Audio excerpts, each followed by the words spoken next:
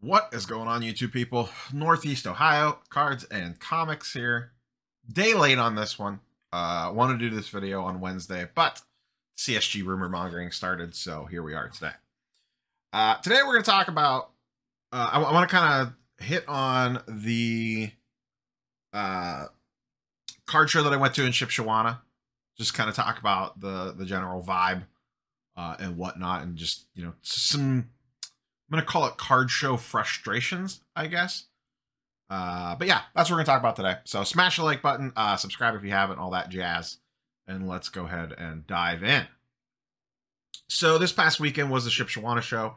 I saw Ryan from Card Collector 2 posted his two videos, the Trade Night recap, which I make a brief cameo appearance in, actually, and the actual show day. So just some general thoughts on the show itself. One, venue, absolutely great. Lots of dealers, lots of stuff, and a very wide range of stuff. Very, very good show if you're in that neck of the woods. I understand it's not the easiest to get to for everyone because there's no good places to fly into if you're like one of those people. But if you're, you know, Chicago, Indy, Detroit, Cleveland, Columbus, you know, that 4-hour range, I think it's 100% worth making the trip, especially for the trade night. You know, go up the night before, like I did, do the trade night. If they do the trade night again, hit the show the next day, and then you could still be home. You know, I left the show a little after lunch. I think I was on the road by 12:30, 1 o'clock, and I got home about 5:30 after, you know, a couple stops for refreshments and whatnot. Show was busy. I got there about 8:45, and it wasn't too bad. By the time 9:30, 10 o'clock hit, it was slamming. And it was busy up until the time that I left. Now, like I said, I left shortly after lunch, and it was still really, really busy. I talked to a couple different people that I knew, one of which was set up. Said it was a very good show for them. It was very busy. They made a lot of deals. And I heard from multiple people. I knew a couple people at the show, a couple viewers of the channel. Ryan had mentioned this as well on his video. This isn't something that I was looking for, but I had a lot of feedback saying that the value boxes at this show was specifically really, really good. That people got a lot of good stuff out of the dollar boxes, you know, $5 boxes, whatever. That value boxes were where a lot of the good stuff was coming out of. For me personally, I made no pickups at the show, not for lack of trying. I saw multiple cards that really caught my eye. One was something I was specifically looking for. Two were ones that were like, oh, wow, that's here? Like, that's interesting to me. And we'll kind of circle back and talk about a couple of those. But ultimately could not pull the deal on anything. I had cash with me. I had trade stuff with me, obviously. I did sell a couple cards just walking around. This is just me, I normally don't walk up and approach tables and ask if they're buying. Normally I would just try to sell it on my own. But a lot of times when you're walking around, if you're looking at stuff and people see your case, a lot of times dealers will ask, hey, are you selling? And so I had a section of my case that was specifically cards that I would sell. So, you know, I opened my case up, handed those tables the stack to flip through. If there was something that they saw, cool, we try to work a deal. If not, no big deal. And then I had my trade only stuff, I guess, in a separate pile, a separate row, to not cause confusion. If I flip my case around, I said, hey, this row's for sale.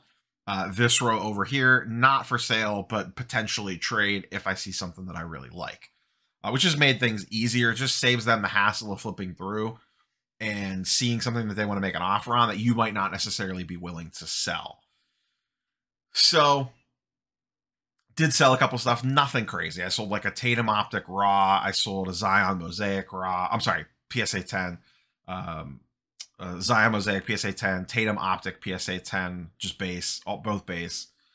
So I no longer own Zion cards. All my Zion cards are gone. So, and I probably sold those at like 70% eBay comps, I think, which I'm, you know, 9 times out of 10 slabs, I usually like to try to get a little better than that. But the Zion was like a $40 card.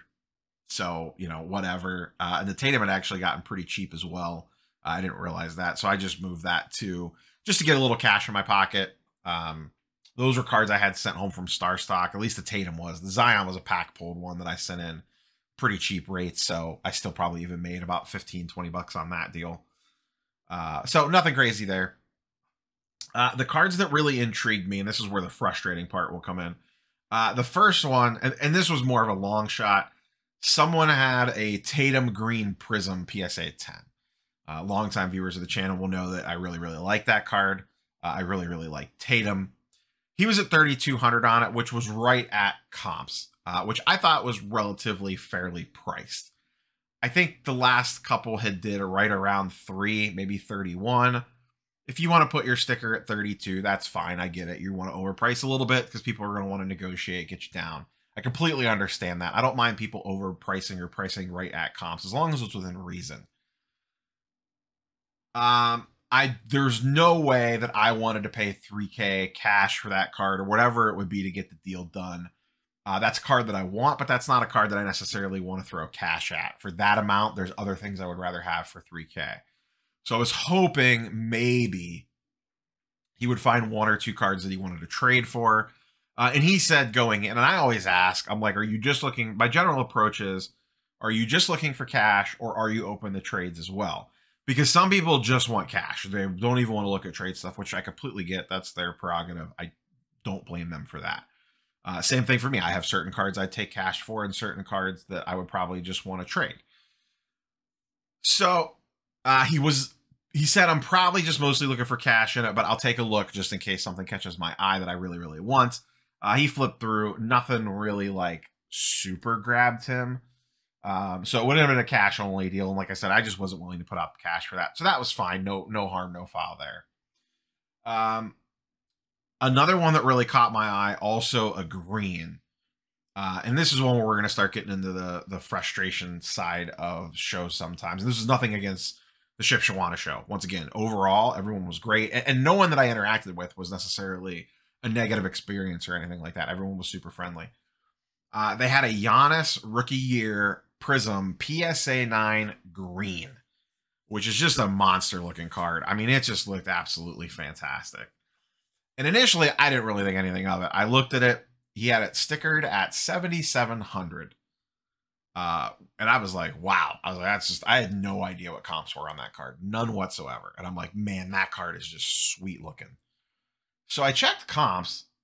And to be fair, there was no recent comps on a PSA 9, but a BGS 9 had recently sold for the low 4s. So I get BGS 9 is less than PSA 9. And some Raws had also sold around 4 as well. So in my mind, in a card like that, I was thinking probably a fair price to start with is like 5K. And I don't know that I would have been able to get the 5K. I didn't even have that much cash on me. I could have cashed in PayPal. And I don't even know that I would have bought it straight outright. What I was once again hoping to do is maybe there was 1 or 2 cards that he liked out of my case to take a little edge off and then, close the distance with cash. Maybe do half trade, half cash, like 2K in trade, a couple K in cash, whatever. So once again, and this is just more, I should do a separate video on my own personal show etiquette. I don't like to check comps at the table. So I always step away and get off to like a corner or something or an empty table or whatever. And I looked it up. I did some research on it, checked PSA comps, just checked comps in general, especially on a card like that. I knew there wasn't going to be a lot of sales. So I went back over to him and I'm like, hey, where are you realistically at on this? Like I know you have it at 7.7, but like, do you have much room? It looks like they're going for between 4 and 5. And he just was not willing to even get anywhere close to that price. Basically, he didn't really even get to a number. It sounded like he wanted to be in the high 6s, low 7s. He said he was from that area, that he could move it locally, yada, yada, yada, which is all fine. But like, I don't even know that I saw that card. I don't think that card sold for 7 to 8K. And I didn't look since January, February, March of 2021. And I don't even know if that card got that high. I'd have to look. I don't even know if one ever sold for that price. I'm sure one probably did back in the crazy times. But regardless, like we're clearly not there and we're clearly not heading back to there anytime soon. And he said, I'm not in a hurry to move it, which is whatever. I just like, I guess this is the frustration part, is why even put it in the case? Do you really, I don't know, maybe I'm being naive here. And once again, I've never set up as a dealer at a show. So I'm looking at this strictly from the buying side of the table. I have no experience on the opposite side. But to me, if that was me setting up, I wouldn't even put that card out at that price. You know, I would just wouldn't even put it out. Like, clearly, I guess I just look at this as it's 2021. I feel like 95% of people, and maybe this is where I just don't know, because I'm looking at it through my lens. I just feel like most people walking up to a table, specifically looking at a 7 or 8K card, are smart enough to check recent sold listings and at least see, is that in the ballpark. I just don't feel, it's not 1998 where you're relying on Beckett or the old timer that sits in the back corner to evaluate card prices. Like, we all kind of have a general idea what this stuff is worth and what it sells for. Is there really a need to drastically overprice this stuff? You know, I'll go back to the Tatum Green Prism, that guy being at 3,200 when comps were at 3K. To me, that is 100% perfectly reasonable. I get it. You're going to price slightly high because people are going to want to negotiate you down. Someone's going to come up with a low ball offer, and you need to have the room on the sticker to work off of. 100% get that. Makes total sense. But to be at almost 8K when you could make an argument that comps are probably about 5 for that card is just a little rough. So if you don't want to move it and you know it's not going to move at that price, why even put it out there? You know, I guess, I don't know, if maybe just a flex, you know, maybe someone just really wants the card and offers you a monster number. I don't know. And we didn't go too deep into the conversation. Like, I don't know, if I would have came out and said, hey, would you take 5 on it? I got the vibe it would have been like, we're not even close. So, and I wasn't willing to pay 5 cash for it anyway. So I just hate the weird, I love the art of the deal, but I hate the weird back and forth when people are just super overpriced on stuff. Like, give me the benefit of the doubt here. Like, we all know what this stuff sells for. You know, there's the whole, you know, 14% eBay fees. And then you'll have people argue the other way about like, oh, well, you're not paying sales tax and you're not paying shipping. Well, sure, but it's still cash in hand, and at least give me like a 10% break off eBay comps, you know. So then the third card, and these are, I'm just highlighting the ones that I was seriously looking at. There was a lot of other stuff that I looked at, but these are ones that I was like, you know, I would really like to make a play. That Giannis green really spoke to me. That was a sick looking card. The other one was a Fernando Tatis Topps Chrome 2019 auto. So not a first Bowman, but just his regular Topps flagship Chrome autograph card, PSA 10. And, you know, I had gone to the show specifically looking for Soto and Tatis. I really wanted Bowman Chrome autos. I did not see a single one in the building, and I walked through that place multiple times. But I did see that, and that was a card that I was like, oh, okay, that is one I'm very interested in. Now, that card has been dipping in price a lot lately. One just sold this past, or maybe like 2 weeks ago, within the last 7 to 10 days, for $1,500 on bids, because I was watching it. You know, I didn't bid on it, but I was keeping a close eye on it. So I had that in the back of my mind. So essentially what I do, how I approach this is I walk up, I see the card in the case, and this guy did not have stuff priced, which is fine. I prefer that things are priced, but he did not have prices out, which is whatever. So my general approach to this is I walk up, I see the card in the case, I know that that is a card that I'm interested in. I then step away, double check my comps. So I looked and I saw one just sold for $1,500. I saw previous to that, like one had sold for 17 something, I think it was. And then previous to that one was like 18 or 1900, all going backwards in time. So the card's clearly on the decline. So now with that knowledge in my head, I walk back up to the table, made some small talk, and I'm like, hey, what are you at on the Tatis? And he's like 2,600 or something is what he threw out there. And I was immediately like, oh, and he goes, yeah, I think that's pretty far over comps, isn't it? And this guy, let me preface this, great to work with. He was very easygoing, very good to talk to. And you know, part of me understood his plight, and another part of me is like, why do you have this out then? And he said, you know, I had someone else asking about it, and we didn't really like dig into it, but he made it sound like that was kind of high. And I was like, yeah. So I pulled up sold listings and I was like, here's, this one just sold for 1,500. Here's a 17, here's an 18. And then like, as you went further back, they got over 2K, but you had to go back over a month ago. And to me, in the sports card market, anything more than about a week to week and a half, the market moves fast. So this guy was like, well, I think the best I could do is like the low two, like 22, 23. And he was like looking to see, I could see, she was like, let me check my sheet to see where I'm at on this card. And then I looked on eBay and I was like, there's one sitting on eBay right now for 2K or best offer. Like right now. And I was like, there's one on my slabs for 1,800, just straight buy it now, no offer. I think it was actually the same card. I think the guy had it posted in both places. So I'm like, I can't, it makes zero sense to me to pay you $2,200 for this card when I can literally just click it right now on my phone for 1,800. And I was like, I'd probably want to be at, realistically, I mean, the last comp was 1,550. I was willing to actually pay a little stronger than that. I was like, I'd probably be willing to go to like 16, maybe even 17 cash, even though that's over the last eBay comp, just because I wanted the card. And I thought that it was a really good deal at that comp to begin with. So I was perfectly willing to forego the 10% discount or whatever. You maybe go slightly over because I just really wanted the card. But he's like, listen, he's like, I understand. He's like, I get it.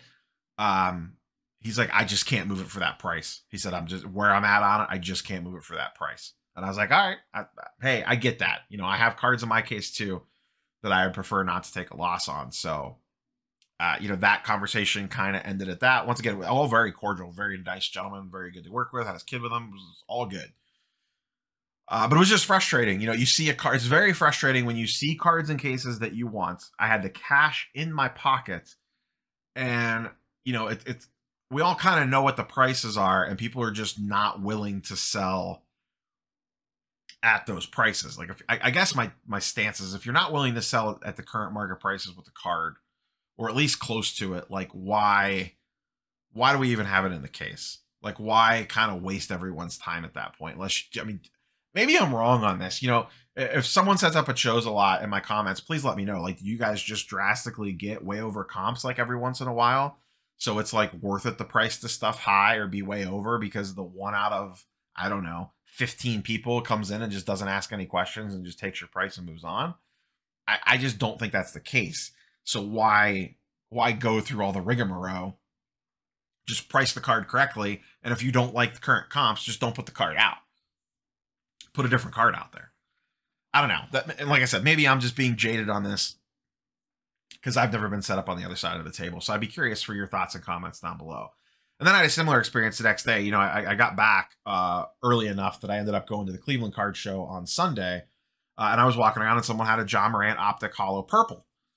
Which I almost bought one. Card Collector 2 had one, in his case, at $350, which is dead on comps. 100%. The last one sold for like $350. Maybe $340, whatever. He was within $10 of current comps at CC2. And I went back and forth. I thought about making an offer on it like $325. I already have one that I paid a lot more for. So I was debating on just getting another one and kind of averaging down a little bit. I really love that card. I still do to this day.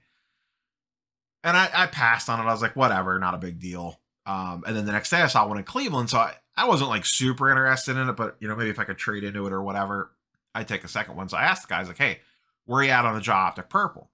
And he's like, $450. And I was like, $450? I was like, oh. And he's like, yeah. He's like, I'm pretty sure they're doing pretty close to that. And I'm like, nah, actually they're not. And normally I wouldn't follow up with that. But when he was kind of like, oh yeah, that's about what they're going for. Maybe a little less. I might be, he goes, I forget what he said. Like, I might be a little high on it. And I was like, well, actually, I hate being that guy, but in that case, just because I own the card, I know what it is. Like, I know the price down pat. And one, it actually just sold that morning for $335 on eBay on my way in, or $340 or something. And I'm like, no, they're actually not close to that at all. And he's like, you sure? And I was like, yeah, I own one. I was like, I'm pretty sure they're like $330 to $350. And then he just didn't say anything, and he pulled out his phone and was just kind of scrolling through stuff. And I kind of just hung at the corner of the table. I was kind of waiting for him to say like anything. And he just kind of kept flipping through. Like I could tell he was checking prices on it, and he just never said anything. And I just walked away. I was just like, okay, then. So it was just, you know, once again, this is no slight on the Ship Shawana show. It was absolutely fantastic. I would 100% go back again. Just the very particular cards that I was looking at, I just couldn't close deals on them, and it just frustrated me a little bit. So, but overall, very good show, a very fun time. 100% would go again. So I'm sure you all have similar stories that you could tell me about in the comments below. But once again, I'd be curious for the dealer perspective on this. You know, what's the advantage of pricing your stuff like 40% over current comps?